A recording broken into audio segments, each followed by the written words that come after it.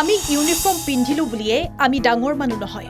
আমাৰ পাৱাৰ থাকিলেও আমি পাব্লিকৰ ওচৰত সৰু হৈ থাকিব লাগিব। আপোনাৰ পাৱাৰ থাকিলে বুলিয়ে আপোনাক সকলোৱে ওপৰত চাব লাগে বুলি আপুনি নাভাবিব। আপুনি পাৱাৰফুল হ'লেও ৰাইজক ওপৰত চাব লাগিব। আপোনাৰ শক্তি আছে বুলিয়ে সেই শক্তিৰ বেয়া ব্যৱহাৰ নকৰিব। ৰাইজৰ লগত যদি সম্পৰ্ক নাৰাখে তেন্তে এখোজো আগবাঢ়ি যাব নোৱাৰে। আমি ৰাইজৰ ওচৰত সদায়ে সৰু হৈ থাকিব লাগিব। ৰাইজ যদি লগত নাথাকে একো কাম কৰিব নোৱাৰে। আৰক্ষীক নীতি শিক্ষা দক্ষিণ হালমৰা মানকাছাৰ আৰক্ষী অধীক্ষক হৰেণ তকবীৰ। পাব্লিক লগত যদি আমি সম্পৰ্ক নাৰাখে বুজিছে, আমি একো কৰিব নোৱাৰে, এখোজে যাব নোৱাৰিম। আমি যিকোনো কামত পাব্লিক সহায় সহযোগ লাগে, যিকোনো কাম। এইটো মনত ৰাখিব। আমি ইউনিফৰ্ম পিন্ধিছে বোলে চবেই আমাক ওপৰত চাব, এইটো নহয়।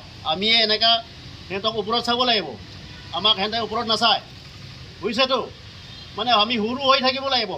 আপোনাৰ তাত বহুত পাৱাৰ আছে, বহুত শক্তি আছে, এই বুলি আপুনি এই তলত এনেকৈ চাব নালাগে। আমিয়ে পাব্লিকৰ ওপৰত এনেকৈ ওপৰত চাব লাগে, সিহঁতে আমাক ওপৰত চাব নালাগে, 1 নম্বৰ কথা। আৰু সেইকাৰণে চৰকাৰৰ এই প্ৰচেষ্টা বুজিছে, এতিয়া ৰিচেণ্টলি গোটেই থানা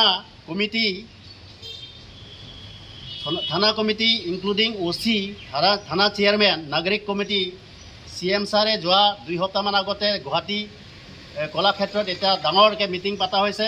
তাত নাগৰিক কমিটিয়ে কি কৰিব লাগে, মানে পুলিচ কামৰ মানে আদাৰ দেন ইনভেষ্টিগেশ্যন বহুত কাম থাকে নহয়।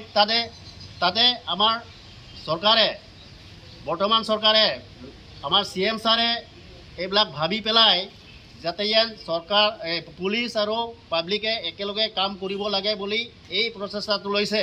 গতিকে অহাকালি 2 তাৰিখ প্ৰত্যেকটো থানা গোটেই অল অসমত এটা নাগৰিক কমিটি প্ৰথম হিচাপে পাতিব, নতুন হিচাপে। আৰু পাব্লিক লগত যদি আমি সম্পৰ্ক নাৰাখে বুজিছে, আমি একো কৰিব নোৱাৰে, এখোজে যাব নোৱাৰিম। আমি যিকোনো কামত পাব্লিক সহায় সহযোগ লাগে, যিকোনো কাম। এইটো মনত ৰাখিব। আমি ইউনিফৰ্ম পিন্ধিছে বোলে চবেই আমাক ওপৰত চাব, এইটো নহয়। আমিয়ে এনেকুৱা সিহঁতক ওপৰত চাব লাগিব, আমাক সিহঁতে ওপৰত নাচায়, বুজিছেতো। মানে আমি সৰু হৈ থাকিব লাগিব।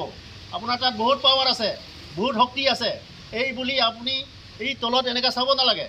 আমিয়ে পাব্লিকৰ ওপৰত এনেকৈ ওপৰত চাব লাগে, সিহঁতে আমাক ওপৰত চাব নালাগে, 1 নম্বৰ কথা। আৰু সেইকাৰণে চৰকাৰৰ এই প্ৰচেষ্টা বুজিছে, এতিয়া ৰিচেণ্টলি গোটেই থানা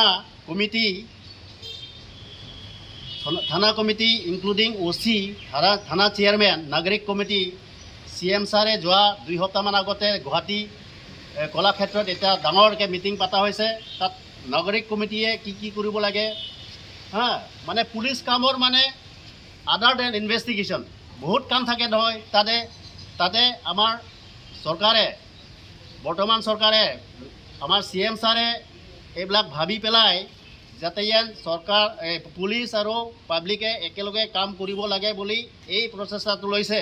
গতিকে অহাকালি 2 তাৰিখ প্ৰত্যেকটো থানা গোটেই অল অসমত এটা নাগৰিক কমিটি প্ৰথম হিচাপে পাতিব, নতুন হিচাপে।